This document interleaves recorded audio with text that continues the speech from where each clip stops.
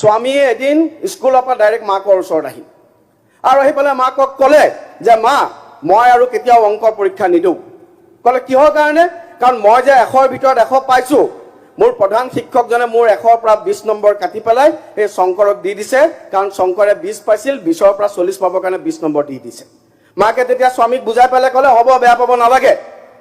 তাৰ বিপৰীতে শংকৰ গ'ল মাকৰ ওচৰত আৰু শংকৰে গৈ মাকক ক'লে যে মা মই কেতিয়াও আৰু অংক ভালদৰে নপঢ়ো। কৈছে কিয়? কৈছে মই ভালদৰে নপঢ়িলেও মোকতো মোৰ হেৰিয়ে স্বামীৰ পৰা 20 নম্বৰ পিছত পৰীক্ষাত দিবই, গতিকে মই কি কাম কৰিব প্ৰয়োজন আছে?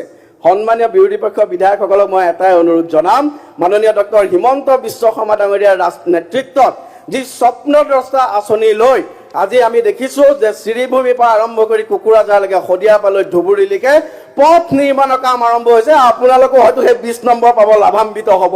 গতিকে মাননীয় হিমন্ত বিশ্ব শৰ্মা ডাঙৰীয়াক আপোনালোকে ধন্যবাদ জ্ঞাপন কৰি আমাৰ চৰকাৰক আপোনালোকে আৰু অধিক উৎসাহে প্ৰদান কৰিব লাগে। মাননীয় উপাধ্যক্ষ মহোদয়,